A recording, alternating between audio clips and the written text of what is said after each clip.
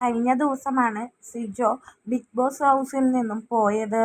സിജോയെ Rocky അടിച്ചതിന്റെ ഫലമായി സിജോയുടെ മുഖത്ത് നീര് വരികയും ഭക്ഷണം കഴിക്കാൻ പറ്റാത്തതോടെ ആയപ്പോൾ സിജോയുടെ ടെസ്റ്റ് ചെയ്യാൻ കൊണ്ടുപോയപ്പോൾ അറിഞ്ഞത് സിജോയുടെ താടിയെല്ലുകൾ ക്രാക്കായിട്ടുണ്ട്.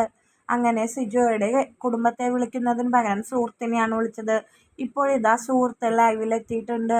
സുഹൃത്ത് പറയുന്നത് ഇങ്ങനെയാണ്: സിജോ തിരിച്ചു വരും. സിജോയ്ക്ക് സംഭവിച്ചിരിക്കണത് ചെറിയൊരു ക്രാക്കാണ്. അവന് വേറെ ഒന്നും സംഭവിച്ചിട്ടില്ല.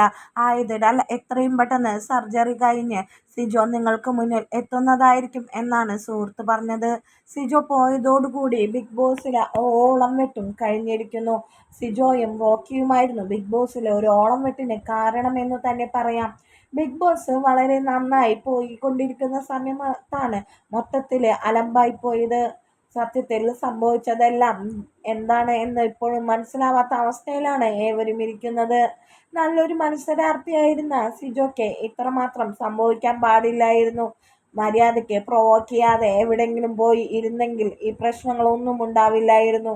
എല്ലാം വിധി, അതല്ലാതെ എന്തു പറയാൻ. പക്ഷെ സിജോ തിരിച്ചു വരും, ഈസ്റ്ററിന് മുന്നേ തിരിച്ചു വരുമെന്നാണ് പല മീഡിയകളിൽ നിന്നും കിട്ടുന്ന റിപ്പോർട്ട്. നമുക്ക് സിജോ തിരിച്ചു വന്ന് വീണ്ടും പഴയതുപോലെ ആകാമെന്ന് നമ്മൾ പ്രതീക്ഷിക്കുന്നു, കാത്തിരിക്കുന്നു. സ്നേഹത്തോടെ സിജോയെ.